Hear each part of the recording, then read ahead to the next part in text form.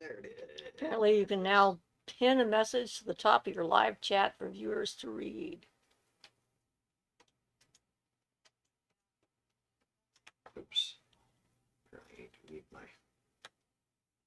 I love how in the middle of doing something they decide to tell us about something new.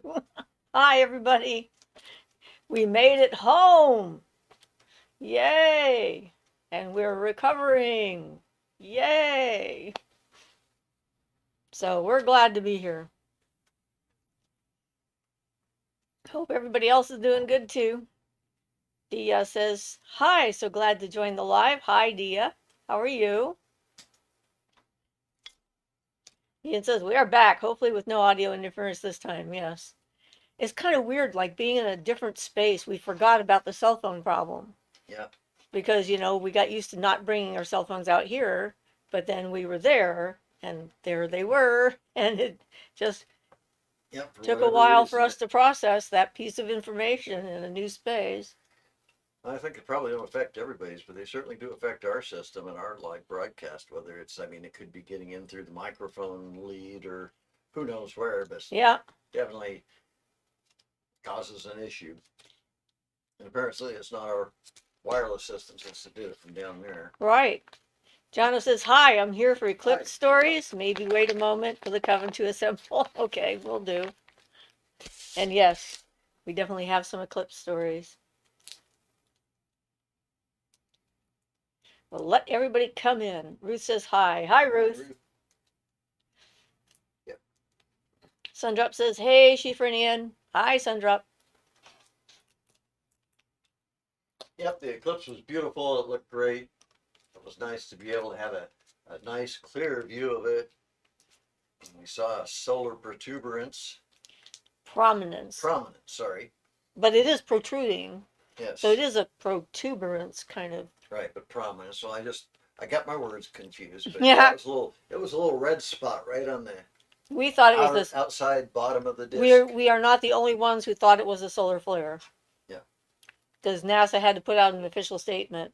For all of you who think you saw a solar flare, it wasn't. We're like, aw, but it's still so cool. special. You can't quite describe the energy what's it's like when you feel it when it's kind of twilight outside and half dark from this all the sunlight being blocked and that huge amount of lunar feeling you get during that from all that lunar. And then the planets came out. Yeah. They played for a while. It was like Pretty awesome. wow, pretty spectacular. Goofy Head says hello. Hi, Goofy. Jonah says Luna shared that photo you took through the tree branches. By far the best eclipse photo I've ever seen. Yep. Well, thank you. That was Shay who took that picture. My phone, it didn't work right. It's like, I guess I didn't have a right kind of filter on it. She has a different kind of camera phone than I do. So I was really glad that she got it. And a lot of people really liked that one. It was really nice just to be able to see that.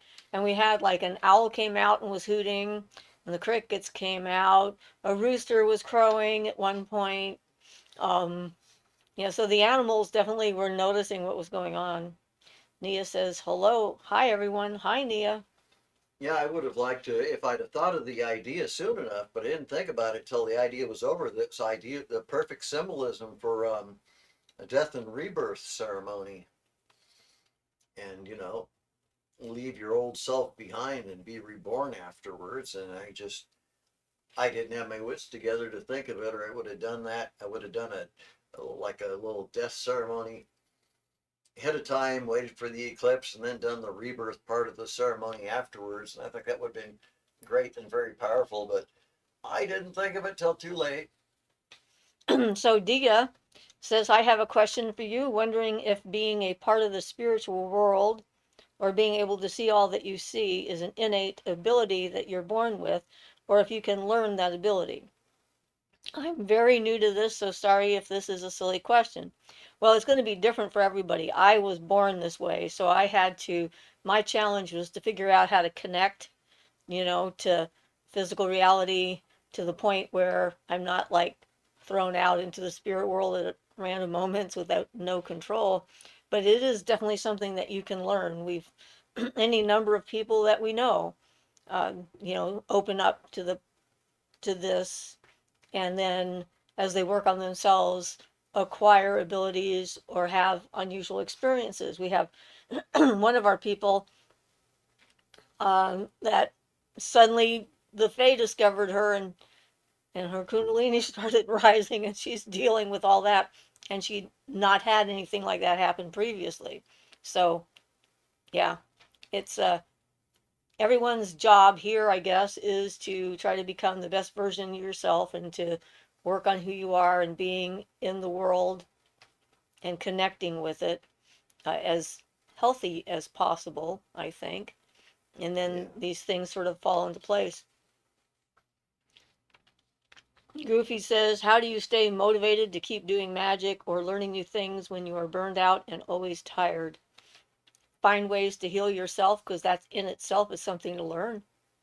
Well, and Taking if you're care of yourself and your needs and your energy and so forth is part of this path. It's not an exclusionary kind of thing. It's very true. And it helps to not um, try not to feel like it's. I mean, I do regular exercises every day, morning and night, but try not to feel like it's. If you can make it something that you want to do, like a fun type of thing, and keep yourself that way. You shouldn't need to get motivated about it if you're doing it in a way that you're enjoying it. It should be fun and natural to do, hopefully. But that being said, I've had to forcibly motivate myself any number of times.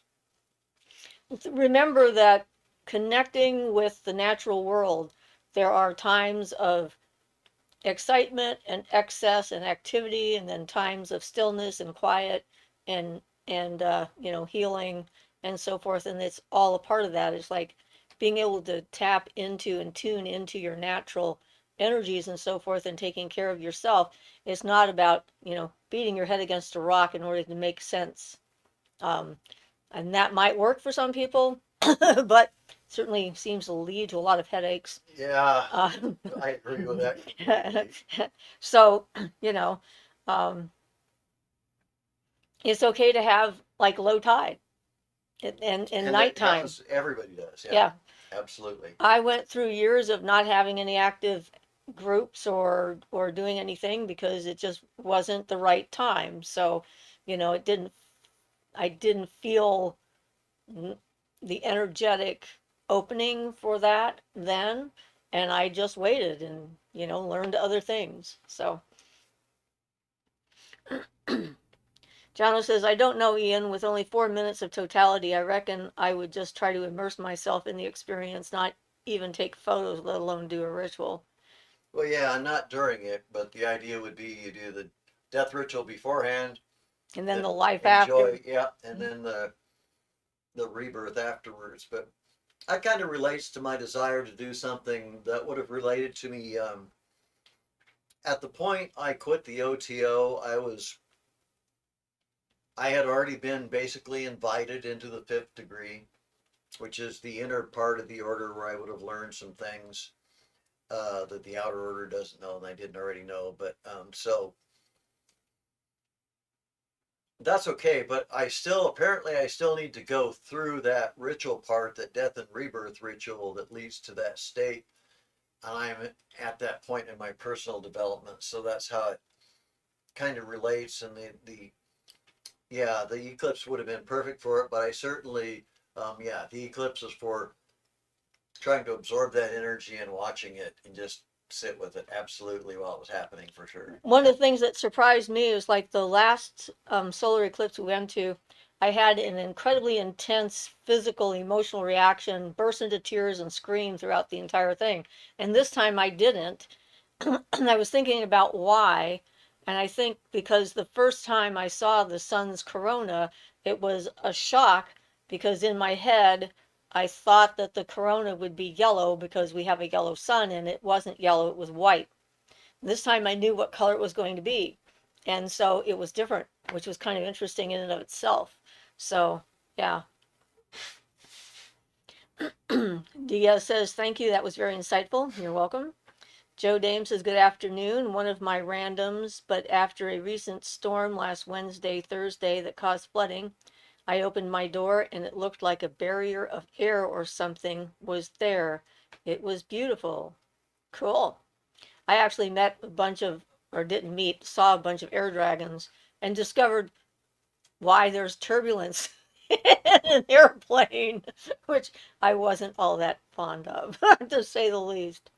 Aaron says, hello. Hi, Aaron. Jonna says, Goofy, I magically burnt out, took a long break. Now I'm back into it, stronger than ever. Yep. Mary says, so glad you went to see the eclipse. It must have been tremendous.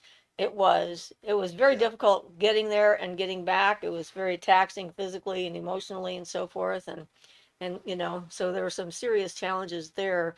But the experience itself was just wonderful and perfect. And I had a chat with the air dragons, and everybody was saying we were going to have clouds and not be able to see it very well, Not a and cloud in the and sky. not a single cloud It in the was sky. just beautiful. It was warm until the eclipse. It's Right. surprising how fast the temperature drops. Yep. But that's cool too.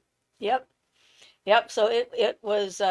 I asked for good weather for us, and sure enough, we got it. So that was nice. A lot of times we seem to be able to do that when there's important events. We've been able to stave off rain showers and things like that by asking for help. And we did that on a May Day ritual a couple of Yeah. times, actually, because May Day is the time when we have a tendency to have rain here anyway. And, the forces that be cooperated and kept the rain back until we were done. In some cases, minute after we were done, Yes. as soon as we started to take things down, the rain began. Like, okay, can we go now? Yeah. So it is interesting.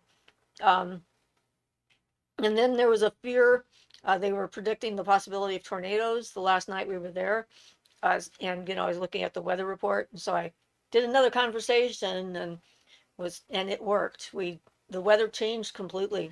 It was, however, stormy enough to cause lots of turbulence on our flights back. Well, yeah, because we were flying over and into the storm. So, and Goofy says, thank you so much. You're welcome. Jacqueline says, hi, Siofra and Ian. Hi, Jacqueline. I'm so glad I was able to connect with you yesterday and have a long chat. Jonna says, sounds like you both want to spend a day or two in a cave. Pretty accurate. Well, that's sort of, we're still recovering from the time difference, which is, it's only 2 hours, but it sure makes a difference.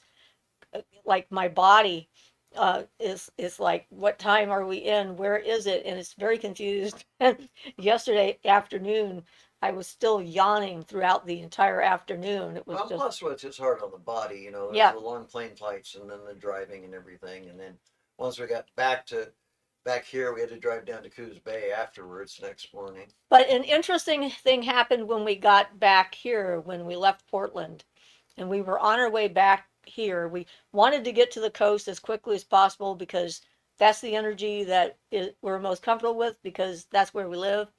And so I plotted us a course to go from Portland over to Lincoln City to get over to the coastal highway.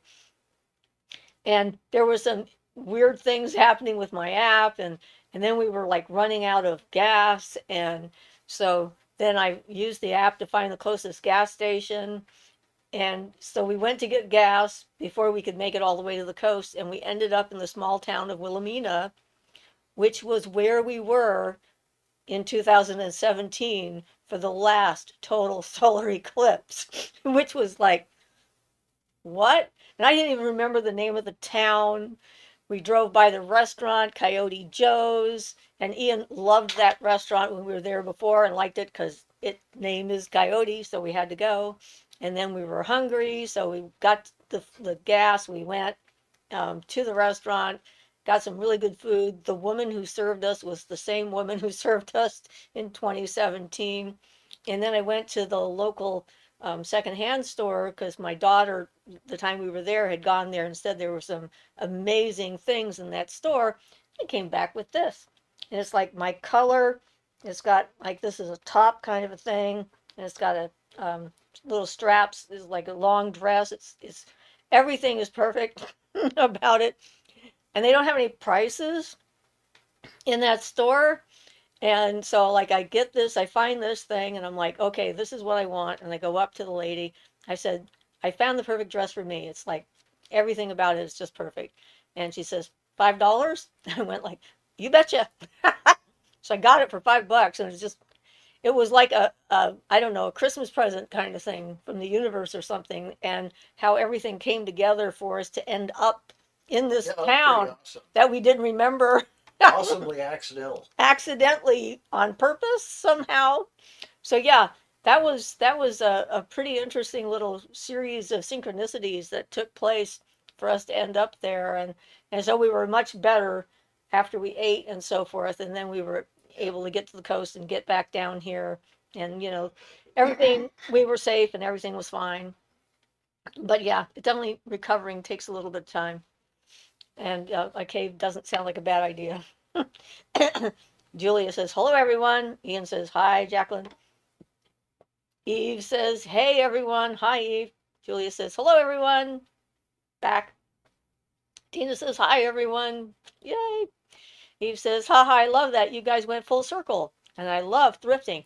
I know. I mean, two total solar eclipses, and they like connected themselves together without our knowing until it Yeah. was over. So, yeah, that was amazing. Dia says, love that color on you, Shifra. Also love the piece you're wearing in your hair. Yeah, my daughter got this. This was made by a local artisan, and she picked it up at the Mill Casino. So it's like a native. I like it too. She does a good job picking presents for me. She really knows me well and knows my tastes. So, yay. Julia says, ha ha, didn't see it go through. Arthur says, hi, my name is Arthur. I'm from Brazil. I'm a spiritualist in the doctrine of the Valley of Dawn for several times in the USA. Okay, spiritualist of the doctrine of the Valley of Dawn. Well, welcome. We're here to answer questions that we might know the answers to, if you have any. Yeah, I know there's a lot of interesting stuff goes on in Brazil, but I don't know too much about it. Arthur But says, just I like witchcraft too. Good, since you just tuned in to a channel full of witches. The Deep Lagoon says, hey, I got alive. Yes, you did. We are here live. And this time we're back where we, we're usually supposed come to be. from. Yeah. We're back where we belong. Yeah. Yep. And yeah, so all of the things, I mean, yeah, there were so many things that happened when we were gone, and getting back was just a relief, and it's sort of a collective breath Yeah. kind of thing. But yeah, I mean, it's a long trip. Yeah. I'm not happy with airplanes. I don't like them. I don't like being in them. Apparently, my sister Peggy doesn't either. She was talking to me about it, and Well, they're tight and they're cramped. One of our ones back was in Alaska Airlines that had more leg room than the ones on the way down, so that was nice. But boy, one of those little ones was really cramped. and I can't imagine if you were claustrophobic how that would work, Yeah. because it's very, you know. The Deep Lagoon says, "Will you be taking questions?" I always take questions. If you have them, ask them.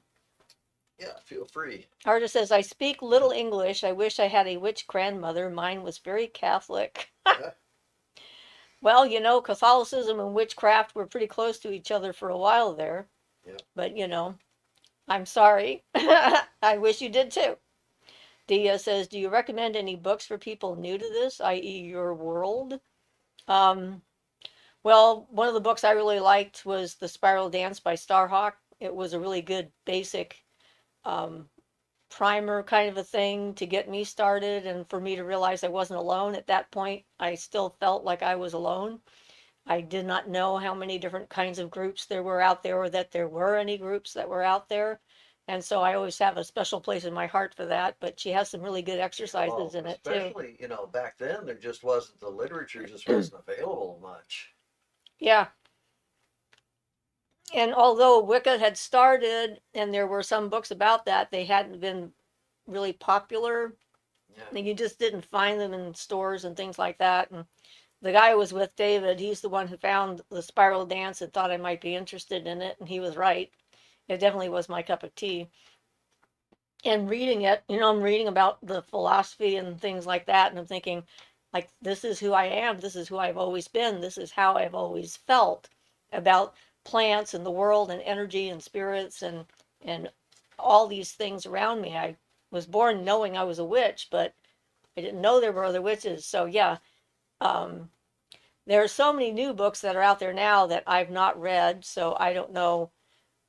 Can't really give recommendations for things that I haven't used or read. And with any book, no matter what path you're on, try to be aware of the whatever the implied bias is of the writer. We all have biases. It's not possible to be a human being without a certain amount of bias. And so if you can detect what their bias is by how they write and what their language is, that can give you an idea of how well it might fit you and whether it feels right for you and that kind of thing. Yeah, I And you still end up having to make up your own mind about stuff. That's kind of the way that works. myself, I started with all the wrong books to start with that were impossible to understand. So, yeah, Eve says the vertical uplift in the plane. The one that creeped me out the most was the sudden drop in the plane going from Arkansas back to Texas. We fell down like a couple hundred feet suddenly, and my stomach went up this way, and my body went down that way, and I was very unhappy. I don't like roller coasters, and it felt like I was on one.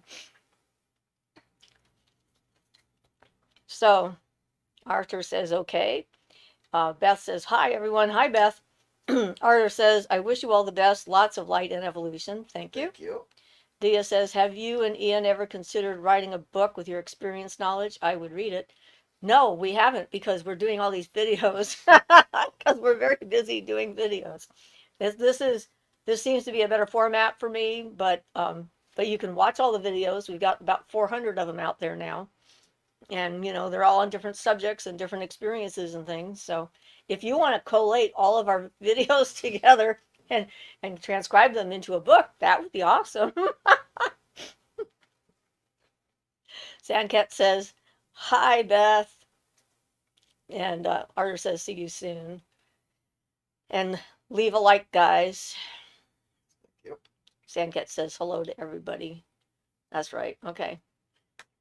Jono says Catholics are some of the witchiest spiritualists, praying to saints like pagans pray to gods, potions like the wine and holy water, spells like the sign of the cross, fancy clothes like high magic. Yep. There's some definite correlations there. Yep. The Deep Lagoon says, how can I deep dive into mirror magic? Well, you start using the mirrors and practicing and get better at it, I guess. We had, there's a lot of things you can do with mirrors, not just scrying. You can, if you have someone you're working with, you can both have your own magic mirror and practice the idea of sending messages telepathically, talking to the mirror to send messages to the other person and see whether they're getting your messages or not. Start off with like a specific time of day you're going to do this so that, you're not interrupting them driving down the road or, taking a bath or whatever. But that's one thing you can do with mirrors. And then also you can use them to talk to different spirit beings. I did that in a life way, way long ago where I had a mirror that I could it was sort of like a window into the spirit world in that life. And my personal guide would appear in it and I could talk directly to her. Yeah, it'd Which be good was to charge one interesting. up with a Kaja for that purpose. And then you can also charge mirrors up with certain things to like put into a room, like you can charge it up with healing energy or joy or peace or something to like create an energy in a space that you want and charge it up to like do that on a regular basis. And the more you charge it and get good at that, the more impact it'll have.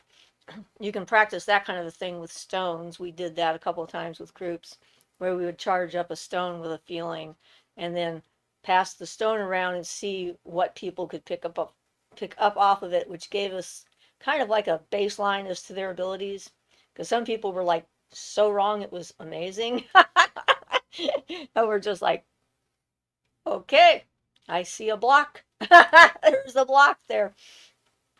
But, and so there's a lot of different things that you can do. Use your imagination to figure out some of them. Yeah. And you Barton can talks a lot about magic mirrors, different kinds of things you can do with them. Tammy says, at Dia, same. Writing a book. Okay. Beth says, hi, Sandcat. Dia says, happy to. I watch your videos all the time. All right, I'm looking forward to the transcribed version. Asher says, hi, guys. Hi. Sandcat says, I would love that. I have to use the pendulum to talk to my guide. I have to practice scrying. But I'd point out that that's how Barton starts out. You're talking to your guide. You start by using a pendulum, and then he progresses you through in the course to using a planchette and scrying that way. Though Magic Mirror is even better. It's just that those methods with like the planchette, Ouija board, pendulum are usually easier to work with to start with. But absolutely, the mirror is best if you can do it. Yeah, and there's steps. There are steps along the way. Yeah. Some people are going to resonate better with one form of communication or method or of scrying, etc., than another, and that's perfectly legitimate. Figuring out how your energy works and what works best for you and so forth.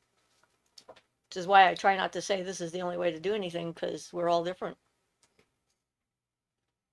Nia says, I've been working on scrying, though it's been confusing so far. Well, yeah, it often is trying to figure out, like, is this a piece of information I need to know? Is this a fear, anxiety, or insecurity that I have in myself that I'm now projecting so that I'm seeing it and it doesn't have any actual useful information or reality that I have to worry about? There's a lot of different things that go on, which is why we focus so much on the idea of, becoming who you are and clearing yourself out as much as possible. To become clear, it's a hard thing to describe exactly. I know what it feels like, but it means that you're more consciously aware of your own motivations and what's going on inside of your own mind, your subconscious, your unconscious. And instead of having those things like hidden under the surface working against what you're trying to accomplish, you know what they are so that you can work with them instead of trying to force them into a shape and beat them into submission and so forth. And yeah, it's having a lot less projections onto others and situations. It's more being in the moment, experiencing the moment for what it is, Yeah, that's instead of what you want it to be or what you wish it would be, but accepting that reality, whatever's happening. And that can also include not thinking, not thinking the what it is. You know what I mean? Right, not defining it, trying to define it. Yeah, letting it be. Right. Yeah. Just being in it. Because you can Without define having something and be wrong, and then have that leave you stuck and miss the boat. Right. Yeah. And then you have to reevaluate and undo. Better if you don't get it done the wrong way to start with. Then you don't have to go back and undo it all and go like, okay, that was bad. But we all make mistakes. That's kind of the way life is, and none of us are perfect for sure. And living in the moment isn't something that normally, normally it takes work and effort because people are so, plans this, plans that, thinking about things and all that. What's going to happen to me in the future? Yeah. What happened to me in the past? Yep. Instead of being in the present. So it can And be in the room where you're sitting. It can be non-trivial to do that, but it certainly is very useful. Yeah. So it's a process. And that's the thing, not to judge yourself too harshly when you fail in the process and find out that you're not perfect. It's like a big shock. Yeah. Well, I fully accept that myself. So. Yeah. So Yes, not Sandcat a shock says, I have thank you, anymore. Ian. I'm on the right track. Pastor Yes, sir. says, makes sense. Dia says, did you or even have any recent experiences with the Fae? Not for me. I had the air spirits that I saw, and when I was on the airplane, now it was interesting. The first plane ride when we were leaving Portland and going to Texas, I was pretty anxious about the whole trip. And so I was like meditating and staying calm and so forth and just trying to be there. And I saw like my granddaughter's spirit animal appeared. Um, my spirit animals appeared. Ian's spirit animal appeared. Shay, who was with us, her spirit animal appeared. So everybody's spirit animal appeared. And then there was an extra spirit animal, which I did not know. Told me there was another witch on the plane. I never did figure out who it was, but because it was like, lots of people, a couple hundred on that flight, I think. Um, and then I connected with Garuda and, asked for protection and so forth. And yeah, so it was certainly all of that happened. Now, Garuda's a deity. Spirit animals are not quite the fae, but and the dragons are like air spirits are not quite the fae, but they're in that same general thing. And where we were at, it was very quiet. I mean, I saw one evening running across the floor, like I see around my house sometimes, about the size of a cat, and just suddenly, like, boom, there they went. Had very strange dreams because we had weird creatures on the walls, and they got into my dreams. Didn't feel any spirits or ghosts or anything like that. Saw the first night a really super clear male face, very distinctive, but didn't get any energy from it, um, like a presence or anything. And I decided it was probably a thought form that was left over that I was seeing, and it didn't come back. So I was open to the possibility, but we saw lightning bugs, lightning, um, Yeah, lightning bugs. right, but the other one, Fireflies. Yeah. fireflies, lightning bugs are the same. And that was pretty cool. And Ian got to see a kingfisher, which he had never seen before, and that was pretty cool. And there was a lot of little life and stuff out there, so we were interacting with the Fae on that level. Um, Went out walking, um, sat in the grass and sort of some of the trees and so forth. And there was this very bizarre tree that really wasn't holding on to the ground much at all. It was like it was wrapped around a rock, and the rock had like hollowed it out somehow. And whenever the wind blew, the tree was just moving like it was barely attached to the earth. So that was kind of interesting. But yeah,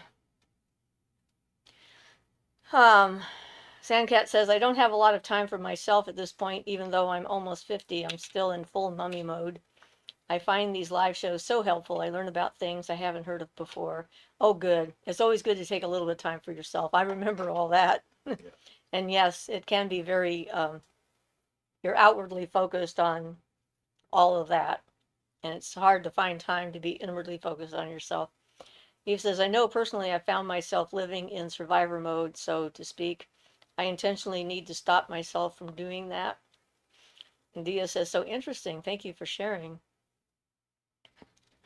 Yeah, I mean, I have a very rich life in my head. I don't know if anyone else can experience the life in my head, but I experience it and it's interesting. At least I've now been able to sleep. I think last night I slept all night without any difficulty. So my body is like, calming down a little bit. Yeah, mine's almost back to rhythm. I woke a little early this morning, but Jono says, on the crooked path, the trail behind and in front are winding. Only looking straight down at where you're standing is the path perfectly straight. I need more meditation on being still and in the moment. yep, Yeah, that's what I'm working on. Yep, still and in the moment. yep. And it really does help. Stress, especially because we, as a society, culture, or whatever, there are always a lot of external stresses that we could focus on, and being able to identify that you know, like spending too much energy focusing on things I can't do anything about, and focus back on where I am and how things Well, are. it's nice. It could be a really nice break if you can manage to just give yourself a break for like a half hour a day. It can make a big difference if you can manage that silence and stillness. Asha says, same, Eve. I have to practice relaxing and quiet. I watch the show, I clean my place, just trying to be mindful and mundane. Yeah, and you know, like doing dishes, make, you know, it's like cooking. They can be very magical in and of themselves if you're in them, when you're having, you Yeah, know, when yeah. you're present with them. And yeah, I think one of my first major premonitions when I was a kid was doing dishes, and I was just doing the dishes and relaxing and not thinking about anything in particular, just sort of being there.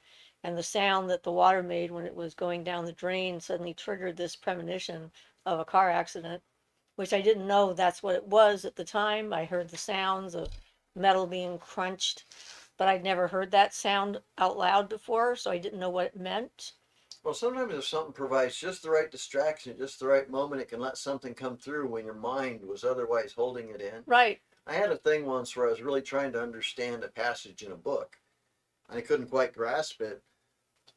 And I was sitting there trying to think about it. And I sort of like, it felt kind of like falling asleep, but it wasn't.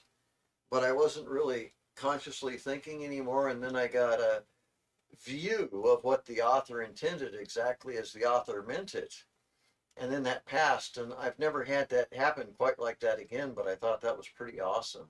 Yeah. It's whatever it was stopped and let it come in. I was preventing it somehow without realizing We it. are often the things that are in our own way.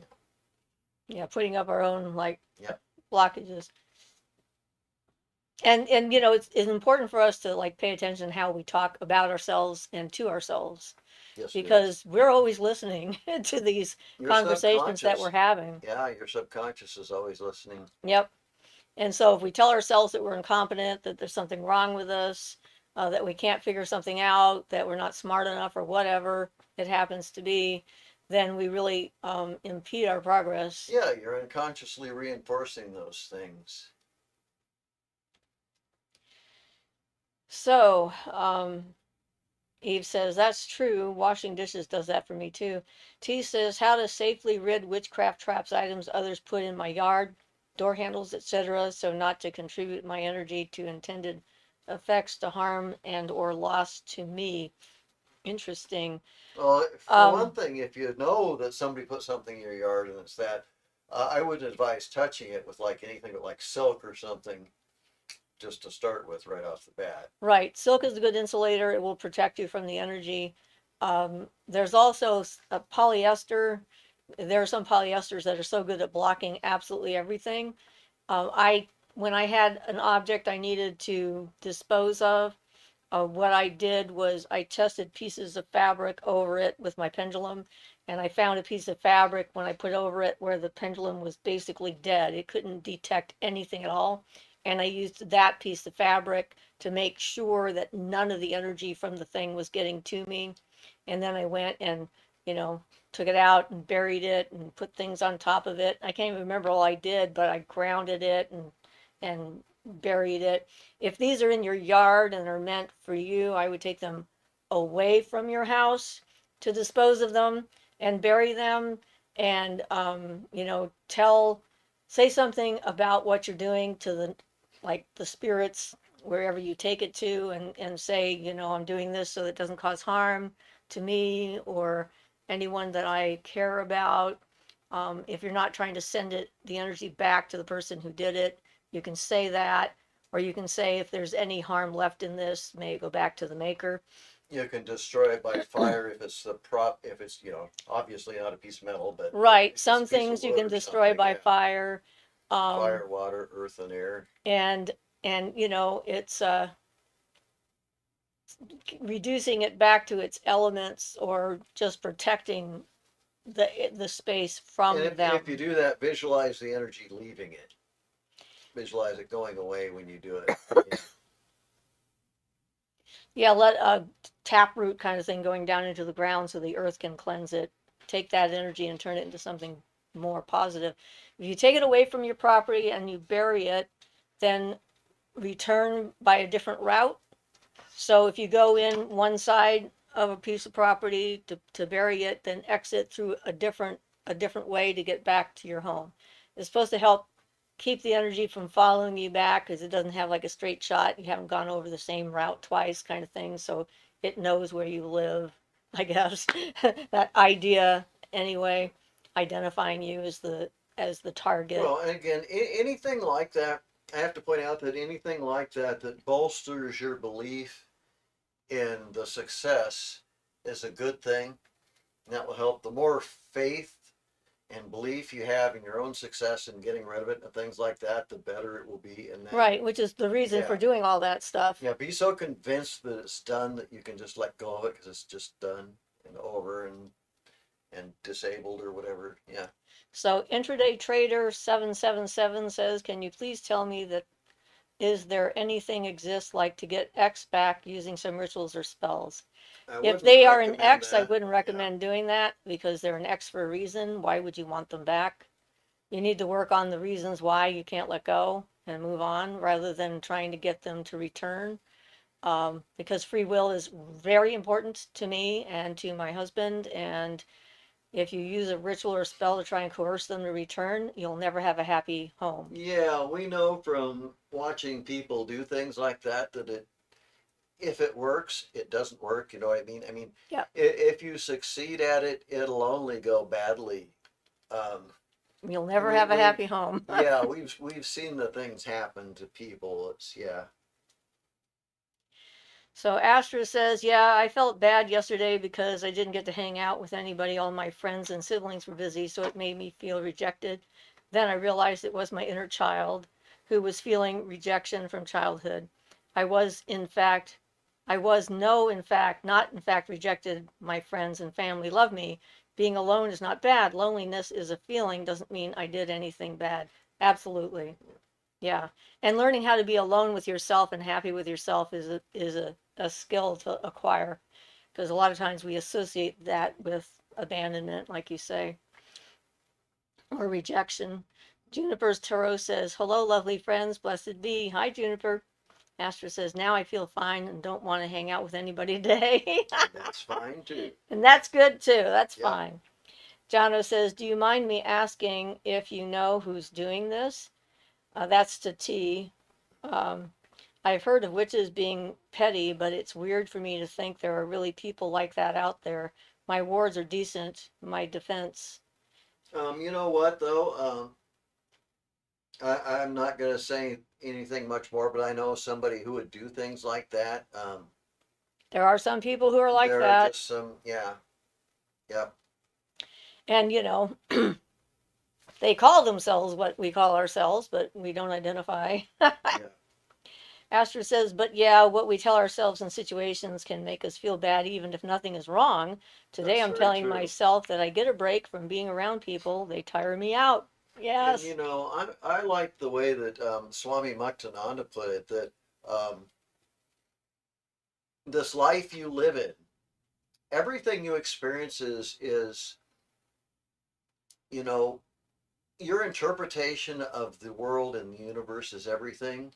You could live exactly the same life, and you could find yourself living in a wonderful heaven or a horrible hell.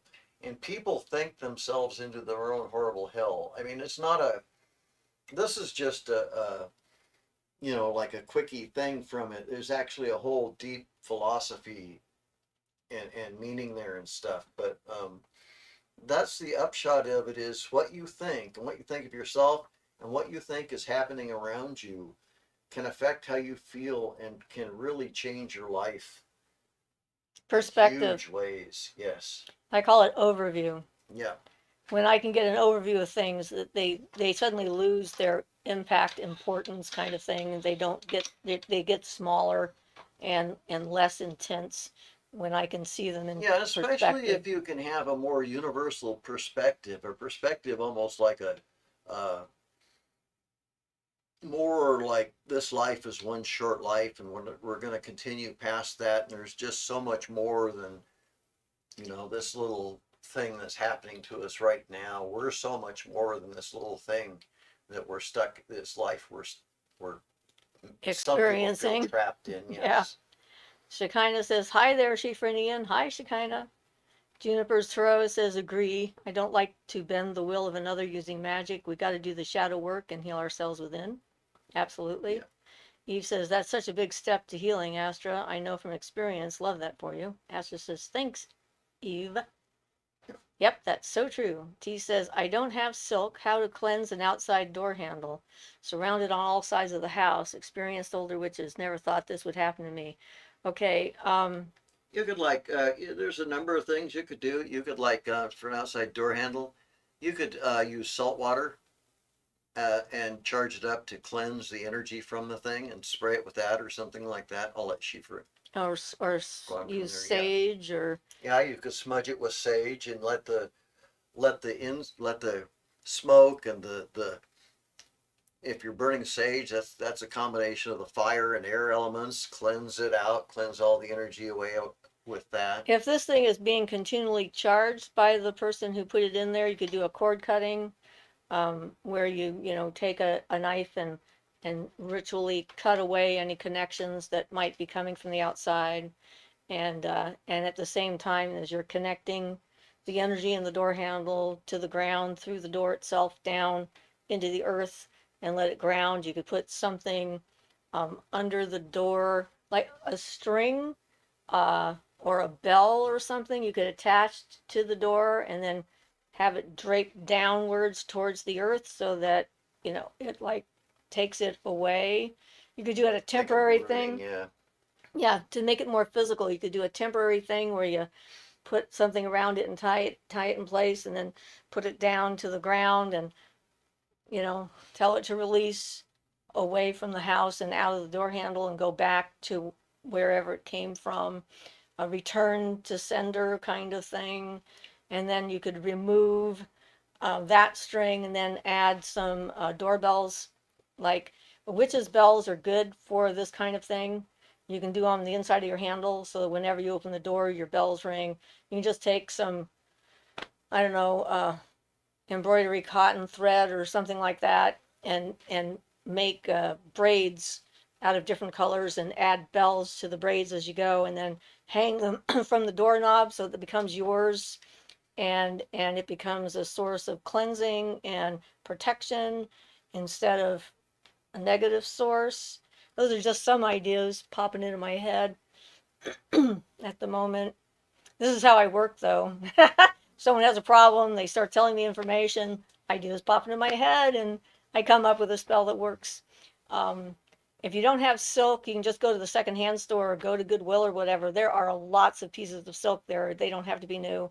Just go through and start feeling shirts and blouses and whatever and find silk that way. You don't have to spend a lot of money to get silk. Yeah, I have some old silk shirts that were all ripped because they were just thin silk and stuff like that, and those make perfect insulating silk.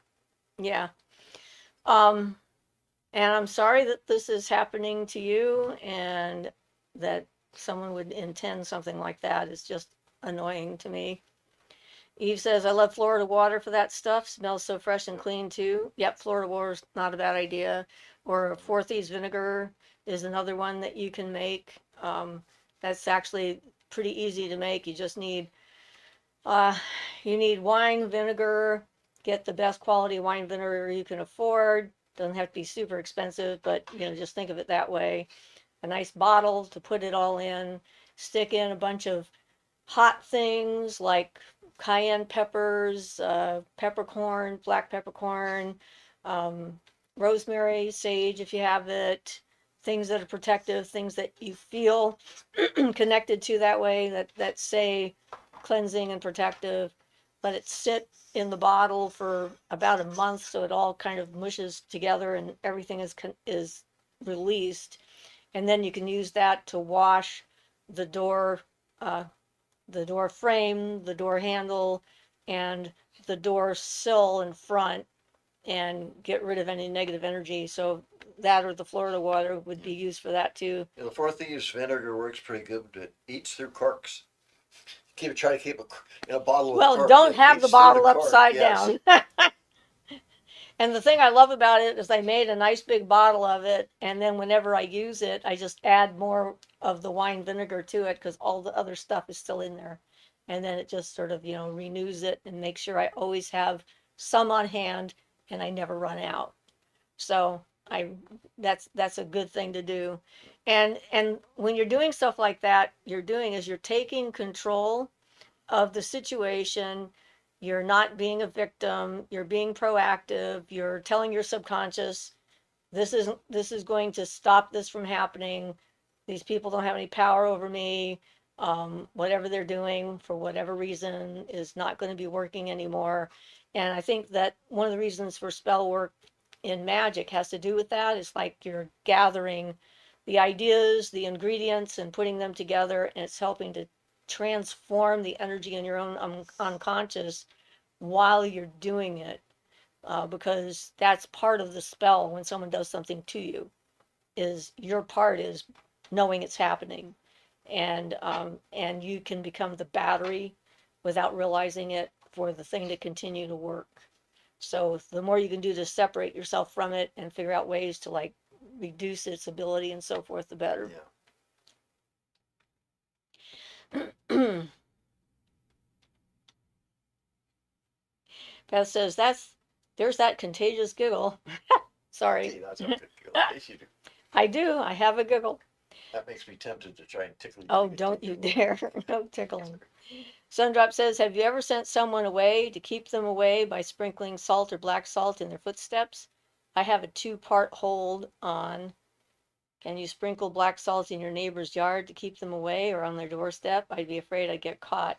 I have used the black salt idea to create a energetic barrier between people that are having trouble with was for my daughter, not for me. Because I had ethical concerns about actually forcing someone to leave. Encouraging them to go, that seems fine to me, and allowing them to go, that also seems okay, but trying to make them go. But yes, if you're going to use that particular method, the idea is you have to put it in their footprints.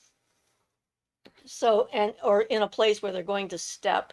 Front porches are common. Yeah, so that when they walk over it, they pick it up on their feet, and that makes them want to leave where they are and move and go somewhere else. So yeah.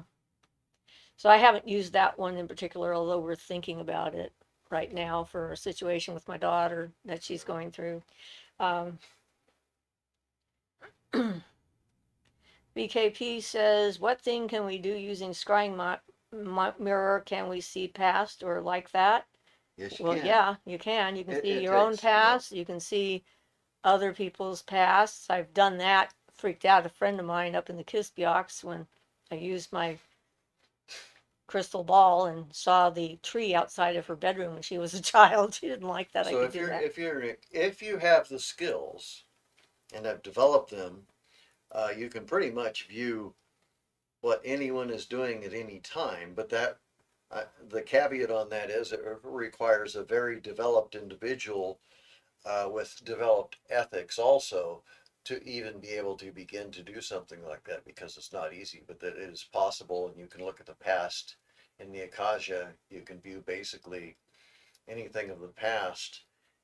It can be, however, again, it comes out to the to you, because it's not only clairvoyant ability, but you have to have the purity to be able to see things as they are, to not read into them, to not judge. So it's complicated, but man, there's practically nothing you couldn't view scrying in a scrying mirror if you had the clarity and were developed enough to do it. Or me accidentally wandering down the road when I'm taking a bath and watching traffic for no good reason, Well, except it was there. well, sometimes things will come through anyway. Sometimes things will come through if they're strong, or you might just happen to have a moment, a moment of clarity that lets something through. So, Yep. yep. T says thank you. You're welcome. If you have any more questions, if you need to get more information or something like that, you can always send me an email at Siofra's Magic Alcove at gmail.com. and that's fine. Astra says laugh and heart. Dia says you and Ian have such a cute relationship. It's so positive and thank you. adorable. Thank you. Supposed to be my wife. She's the most adorable one. That's true. I am prettier. Yes, you're pretty adorable. Yes, you are. Intraday Trader says, how tough is that to do, scrying? Again, it depends upon how much your own thoughts get in the way. Yeah, basically, Getting out of your own way is a big part of scrying. yeah, basically a quickie thing is to, if you can, like using a scrying mirror, if you can, you try and, it's like an abstract thing, you kind of relax your eyes. Schaefer actually describes it a little bit better, and it kind of comes, to me, it's like I get kind of a gray, coloration that almost seems like little bubbles or clouds boiling or something like that. And then if I can manage to go further and relax into that, then I can start to see things. So trying to let that happen is a good way to practice Yeah. as far as scrying And the scrying Ian's mirror. ability in that area has definitely increased. And feeling things and stuff was not always like his forte. So it's like I don't know what to call it. I guess an awakening of some abilities, an Yeah, improving of that abilities. happens as you work and you continue to do work, things will gradually awaken, and there's, it just takes time. Those abilities will come. It just takes time, work. Asher says, whoa, scrying is real. I remote view sometimes accidentally, but is a young part of me that does it. She mostly looks at people's animals. She'll tell people what their pets look like. Well, Yeah, that's cool. there's all kinds of interesting things you could do. One of the interesting things I've sometimes been able to do, and I kind of found out how to do on my own, is sometimes I can look at a photograph, and if I can identify with it, I can kind of pick up on what the person was thinking at the time the photograph was taken. So that's kind of a scrying that might be unique to me, but I've discovered that I can kind of get a feel, for where they were at the instant the picture was taken. So you get that connection for sure through photographs and things. Sundrop says, have you made black salt? I made some with charcoal and white salt. I have a black salt candle. Can I pound it out to make black salt? Black salt is basically just black because of the iron. You know how to do that, right? Yeah. And also you can mix pepper and salt together for a form of black salt too. But yeah. don't they use rusty nails for that? Sometimes. Rust and get to get the black salt, yeah. Asher says they're what they ate for lunch, but I want to make sure to be respectful, so we tell that part to not blurt stuff out. Yeah. Well, I mean, the thing is that people's fear reaction is very visceral when it comes to discovering that you might know something and you weren't there to see it. It freaks them out. People can really be freaked They out. absolutely freak out. And as a paranormal investigator, I can't tell you how many times I'm talking to somebody and the first question they want to know the answer to is like, are they watching me in the shower? And I'm like, why would they care about what you're doing in the shower? It's like, so the idea of things you can't see that are actually watching you is apparently pretty universal. Sandcat says, what sort of mirror do you use for scrying? Do you need a special mirror or any mirror at home? All you need is a cheap, what they'll call it, Well, a frame. You can make your own mirror out of a picture frame. by getting any inexpensive picture frame. You take out the glass, you paint the glass black on one side, you put the black side in so that you're not scraping it on the outside, and you've got yourself a black mirror. However, I would recommend that you boil up a strong decoction of chamomile and put that and paint that on the back and let it dry, or soak that up into a piece of paper towel and put that behind the black, because that makes what's called a fluid condenser, and that makes it very much easier to charge the mirror up. It holds the charge better when you're trying to charge it. So I'd recommend boiling up the chamomile and painting that on the back of the black paint. Then you've got an official proper magic mirror. And you can charge it up with whatever. Yep. Whatever you want. Gaga says, can you explain why mudras work? Um, Repetition. well, yeah, there's this thing, and Barton mentions it. Are the mudras the hand movement? Yeah, in general, I mean, not necessarily just hand movements, but yeah. So in general, there's a section Barton talks about in his book in which he talks about rituals and finger rituals and things. And the essence of that is you focus on a certain result with associated with a certain hand movement or hand position or thing, and you do that over and over and over again, and it builds up what I'll use Barton's terms, though I'm sure it's not the terms the Indians was use, but it builds up a charge in the akasha, so that eventually it gets to the point where you only have to think of the action that you want, or in this case, the action that the mudra is supposed to do, and it'll cause you to automatically make the mudra. At that point, when that happens, it becomes automatic. So you do that mudra, it puts you in, for example, if it's a yoga mudra to induce a certain state, then it puts you in that state immediately.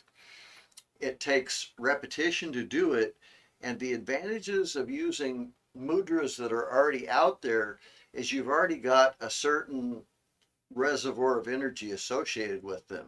So by using those mudras, you're drawing on an energy that's been used for probably thousands of years and making contact with that, and it makes the result much easier. Barton kind of says something about there being a minimum of like 463 repetitions, and that's if you're absolutely totally efficient at it.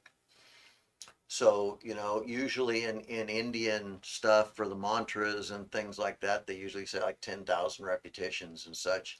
That's in But case you're not efficient. it's that kind of thing, and I consider it to like almost like a record groove, making a record groove in the universe. It gets easier and easier to do, and you connect into that energy more and more easily. So, with a mudra that's been used that way for thousands of years, you're tapping into an energy that's already there, and so you can really help your own self development and such by using those. Yeah. So, Sundrop says, but a scrying mirror can only be used for scrying, right? I can't use a scrying mirror for scrying and makeup applications, right?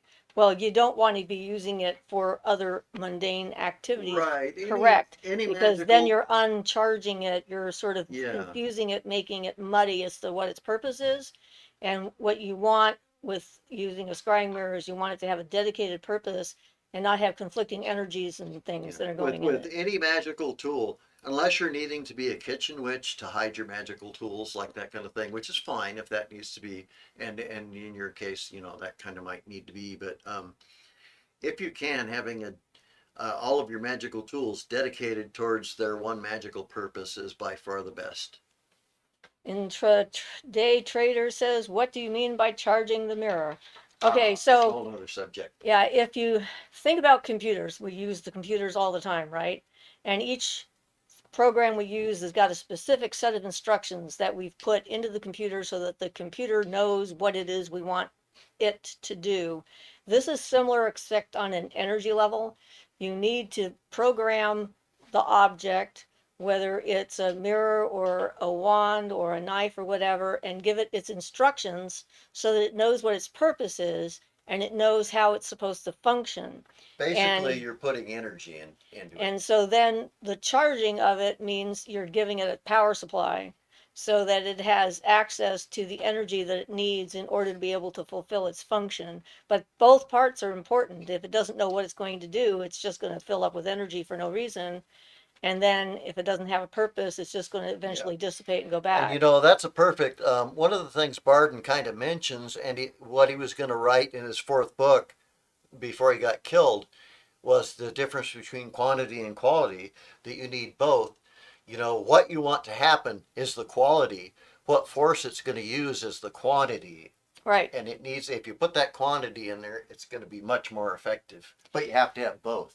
So it's like when you get the mirror, if you've made the mirror, you've done, the chamomile, the piece of paper on the back and so forth, and you have it, it's there.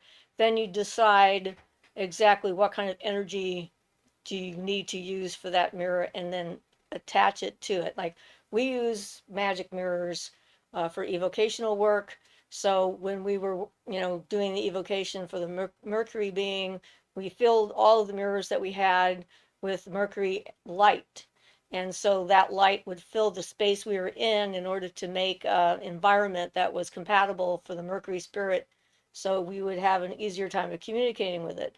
If you're doing it for healing, then you want to put healing energy into it so that it has that available. And the more you do it, the more energy it has. Um, so if you're doing it strictly for scrying, you're going to use it for that, and you use it repetitively over and over again, then it builds up that, not just the charge, but the purpose and so forth. Um, yeah, it is probably one of the most commonly used terms in magic, and yet very difficult sometimes to comprehend and understand exactly how you go about doing it. So, like, each tool that we use has got a different kind of energy. Like, you're not going to charge a knife the same as you would charge a cup. It's going to be very different purposes for those two tools. And that's the same. The mirror is more flexible in that you can make it any kind of mirror you want, but you have to charge it up with the energy of the purpose that you want it for. And then if you're going to use it for something else, you got to like get rid of that energy and start over, kind of thing. So it's easier to make another one. We have a lot of them around. Yeah, they're easy to make. Yeah. And the picture frames are generally cheap. Intraday trader says, "Hey, I am from India, and there are some special people. They can tell people what illness they are suffering from and what problems they, how those people do it, like they're using spirit or something else." Well, they're probably being able to read the Akasha, which is sort of the universal connecting energy that connects everything in the universe through time and space.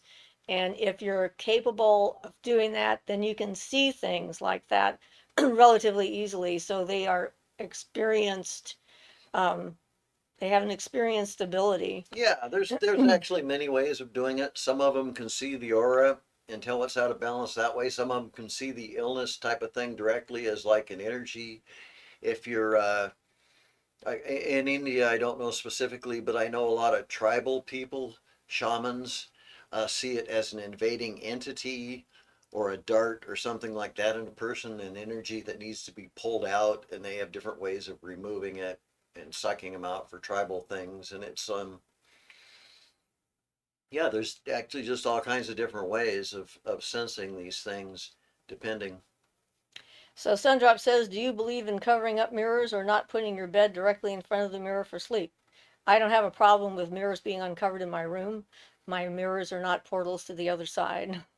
Yeah, I don't have any There problem are with people mirrors who are either. terrified Yes. of mirrors because they can be used as portals by spirits. If you're worried about that, you can cover them up, or you can seal them up magically, like, with an invoking earth pentagram, and Yeah, make it so that spirits can't come in or through. but personally, I'm not convinced that's a thing if you don't invite them, that they can actually, just, Well, that's the thing I do when I'm ghost proofing a house, yeah. because the people in it are nervous Well, yeah. and very anxious, I'm and just not sealing convinced. I everything mean, helps them feel better, whether it's a mirror necessary is or a not. mirror is a coating of silver on a piece of glass. I mean, I can't see that Well, I really did makes it find any a haunted special. mirror in that one place here in town. A woman who spent a lot of time in front of it left an imprint of herself after her death. Well, But and that's another thing about magic mirrors. Silver is really good at taking a magical charge. yeah, so they're It old is. It's ones. true. Yeah. Yeah. So old mirrors and things could have quite a aura or energy left around And them. there is certainly that whole, depending on your cultural background and belief system, that can be a thing. I mean, if you're raised in an environment where that is the thing, like when somebody dies, they cover up all the mirrors to make sure that the ghost doesn't get trapped in a mirror. They open up all the windows so the spirit can leave the house. And they do it for a certain number of days to make sure that the spirit is gone, that kind of thing. And, it's like, depending on your own personal belief systems, it can have an impact, which is why we have different ways of dealing with it. For those people who have a problem with it, or you just cover them up. I don't personally have a problem.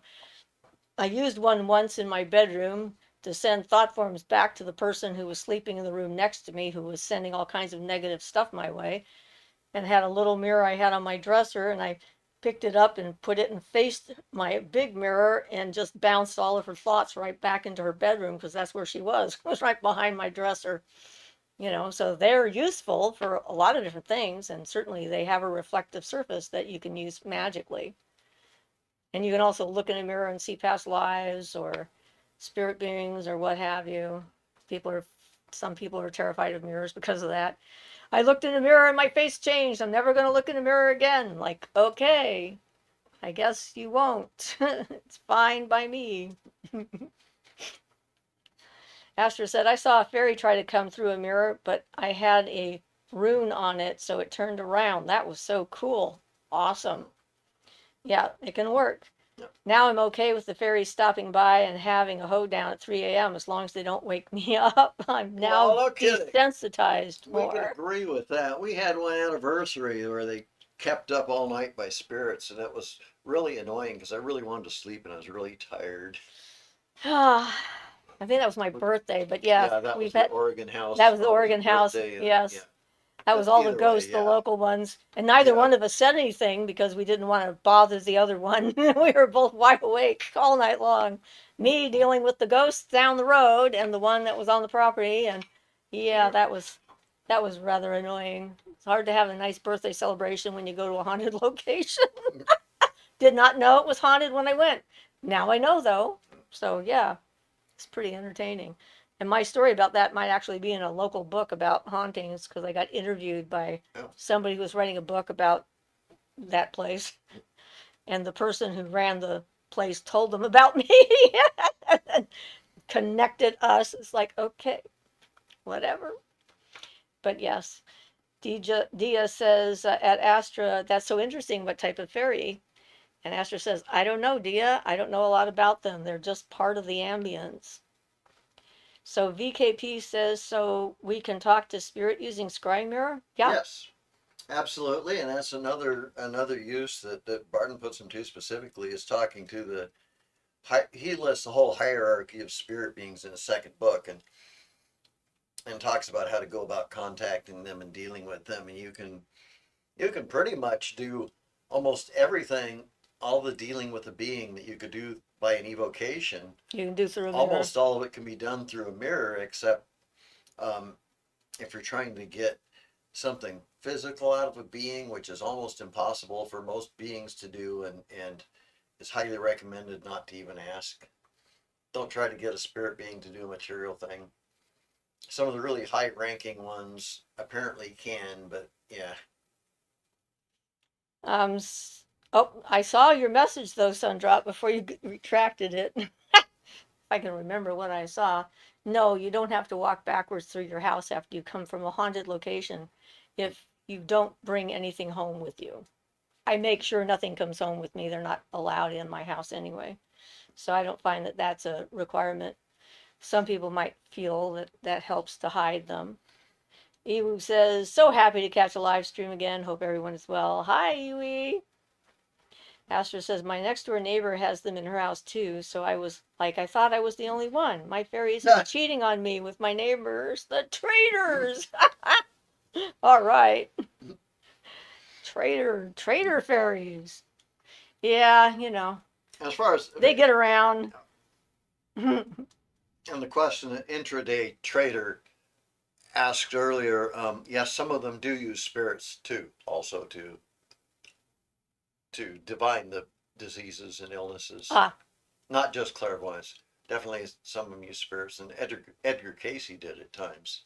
Yeah. Oh, yeah. Thea says that Astra, haha, that's funny. Astra says, just kidding. They can do what they want. They are their own beings. It's actually cool that the fairies hang out with others. Yes. Yeah. Well, they're not as interested in us sometimes as we are in them. We're just sort of part of the background sometimes. And for us, they're like, oh, look, something really cool.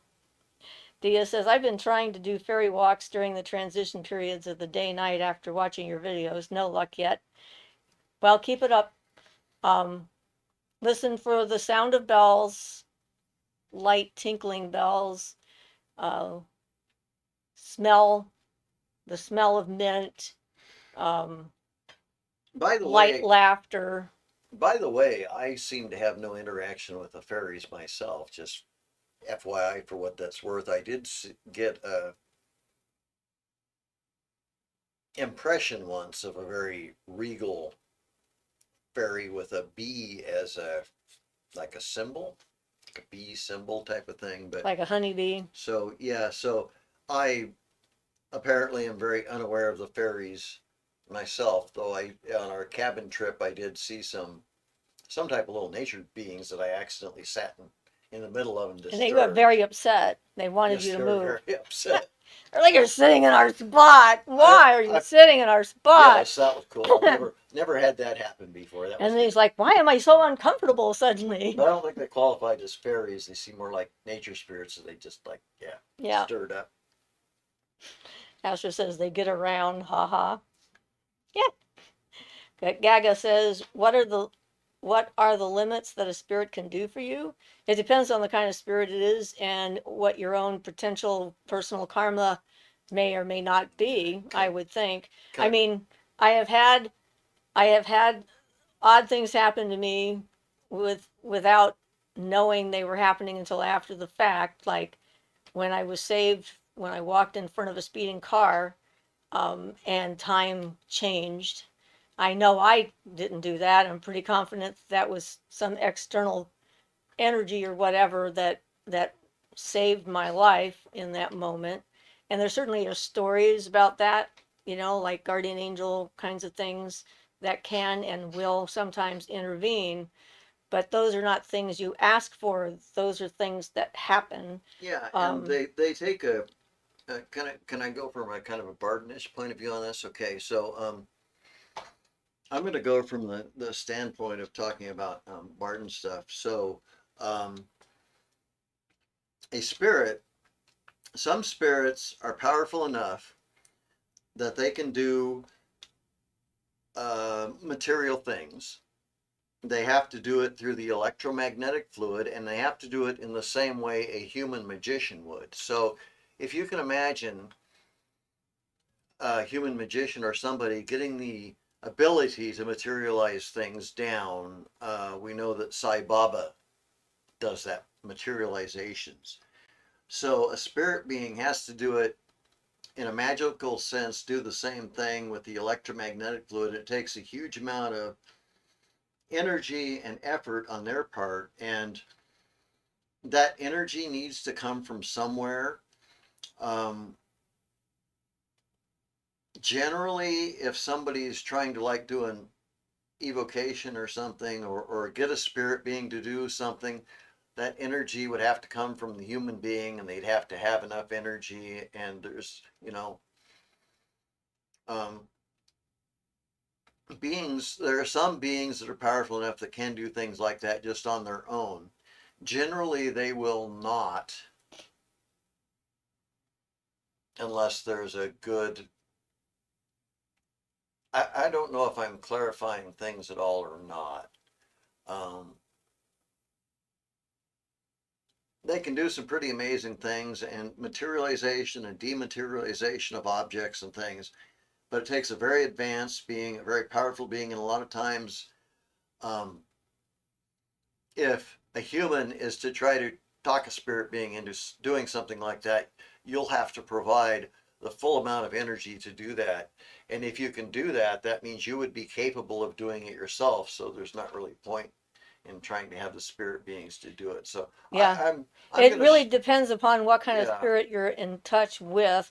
There are some spirits that are known to be favorable to your spiritual development and will never do or agree to do anything that would harm your development. yes. And so it's safe to ask them for certain kinds of things because if it isn't good for you, they won't do it. And that's exactly why I like to recommend Barton's beings, especially above like the goetic beings and that, because a lot of them will take your karma into account and not do something that would harm you just because you want it.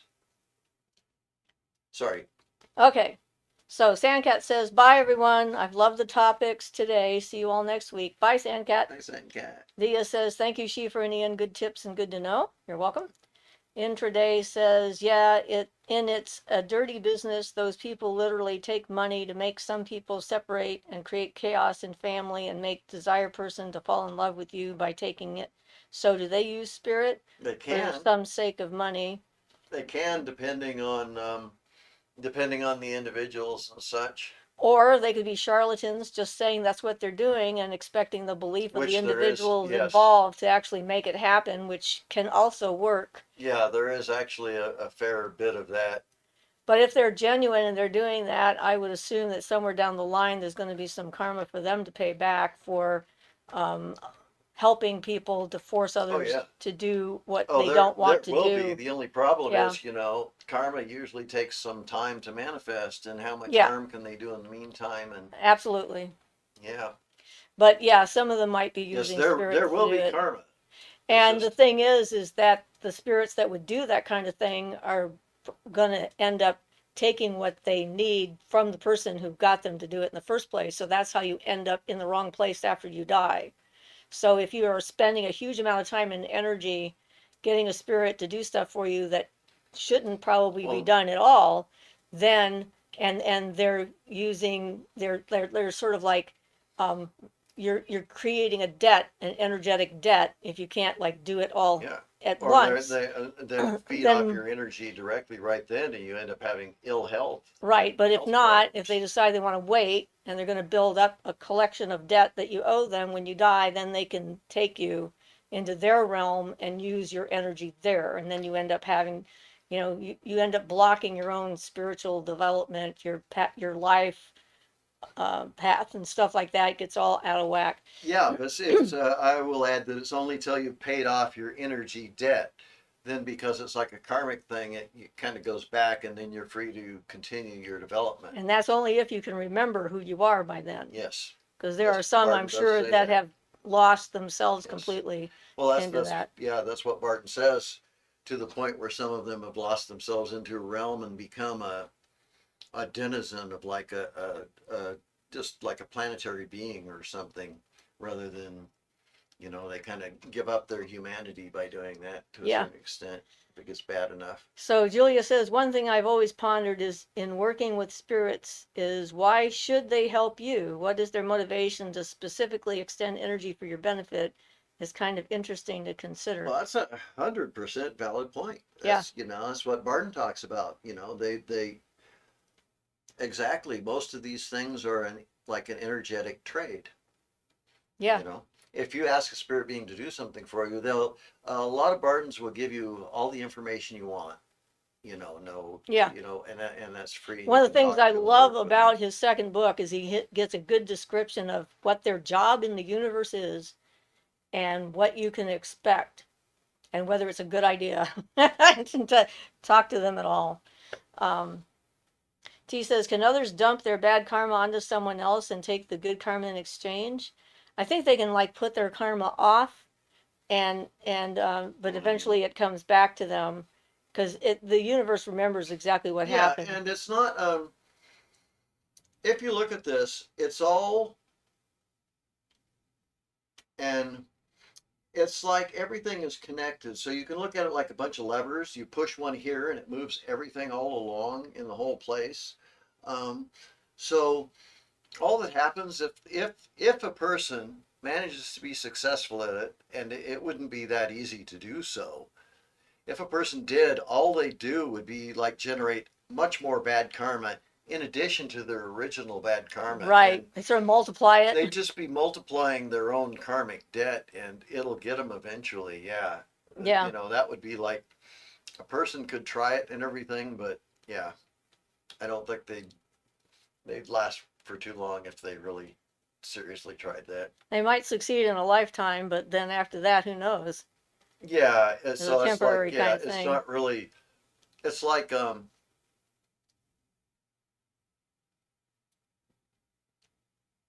don't know. It's like kind of faded in the sense of if you step off a cliff, you're going to fall to the bottom if you don't have a parachute or something, or or like a car running out, continuing to drive your car, running out of gas or something. I mean, yeah, you can't just like evade it like that. No, I know a lot of people would like to, and there's the biblical thing of the scapegoat, sending all the sins into the scapegoat, And having the into this goat goat, and then kill, sending the goat off into the wilderness or having it killed. jump Yeah, off a cliff. is basically the same attempt thing to put all the bad karma onto a goat. Astor says, is there a way to hide oneself from other witches, like when you're out and about in town? I don't like to be noticed, but I'll see people and know what they are, and it makes me wonder, do they see me? Well, yes, there is.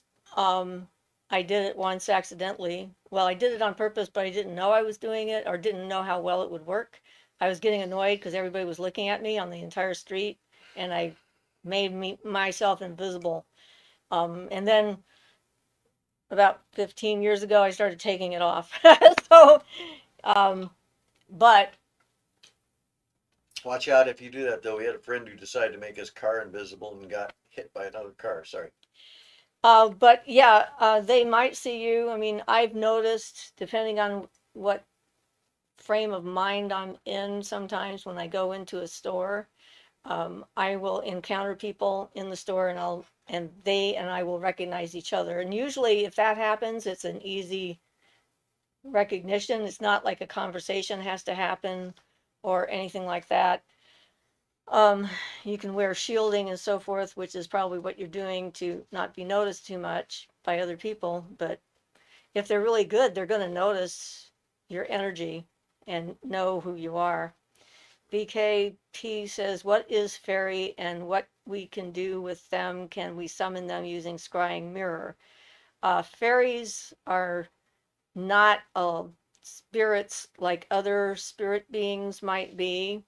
I've not actually tried to talk to a fairy using a scrying mirror, but It seems reasonable, though. you cannot summon a fairy because they are independent life form with their own rules and their own methods and their own what they're doing is their own thing. They can choose to interact with you, and so they're not like other kinds of spirits that might be out there.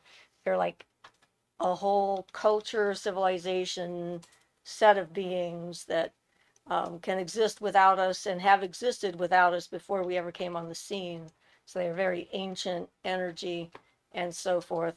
So summon is probably the wrong word to use, but you might be able to see them through a scrying mirror. Asher says, I need to feel like I have some safe boundaries. Can I hide myself with a cloud? Because I feel like an astral lighthouse. Um, well, I use like black tourmaline, black onyx, black spinel, to like hide my energy and keep other energy out so I have the least amount of interaction with other spirits and beings and people and so forth, energy wise. I use labradorite and tiger eye to reflect energy away from me and back to the people so that they're seeing their own stuff and they're not seeing me necessarily.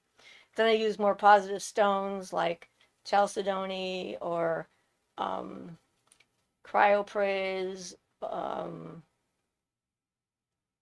I've got a amethyst, you know, stuff like that to shore up my energy and keep me energized while I'm doing that. So, yeah. Um, and then I try to limit how much time I'm in there.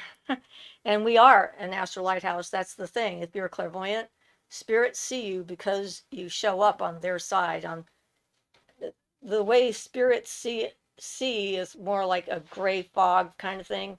And then people like us are like lighthouses, like you say, and we show up. So Astra says, I had an ability to disappear and go unnoticed as a child because of the dysfunctional adults around, so I know how I can hide. T says, good question. Thanks for asking that, Luna. Eve says, what is the author name? Sorry, I Pardon. wrote that You down wrote that below. I down. spelled it down below. And Gaga says, what is the spiritual path for and what is it all about? It's about becoming your truest self, finding your true will, understanding your own nature, and making actual decisions about your spiritual progress and who you want to be and how you want to become. That's what it's about. And that's a good all-in-one answer. Yeah. And it's time for us to go. It's now been an hour and 30 minutes. Blessed be everyone. So, Thank you for being here. yes. And Ian doesn't know how to spell Czechoslovakia, I know. but I'm sure you understand what that was. I didn't even spell Czechoslovakia right. I realized after I spelled it. Yeah, that's what I said. He doesn't know how to spell that. Yeah. It's a hard word. What can I say? It's got a lot of things. Asher said, wow. Okay, so lovely people. We're going to get back into doing some videos and having, get back into our routine kind of thing now that we're back and done with all of that preparation stuff we had to do. So if you need any answers or have any questions, you can definitely send me an email at shefersmagicalcove@gmail.com, or friend me on Facebook and send me a note so that I know that you're one of the people that we interact with here. So, there's ways to connect. Julia says, blessed be, dears. Love the chat as usual, and special blessings to you, Shefer and Ian. Thank you very much. Thank you. Thank you. What time do you go live on Sundays? Usually 2 o'clock our time, Pacific Standard or Pacific Daylight Savings Time now. Okay. It's usually Sundays at 2 our time. The thing in Arkansas was different because we went 2 o'clock their time, which was noon our time over here. So there you go. And so Ian says, goodbye, everyone, and thanks for all your participation. It was great. He says, laugh out loud, all is forgiven. Ian, thank you all. And Astor says, thanks, guys. Bye. All right. So that was fun and lovely, and I thoroughly enjoyed myself, everybody. So that was good.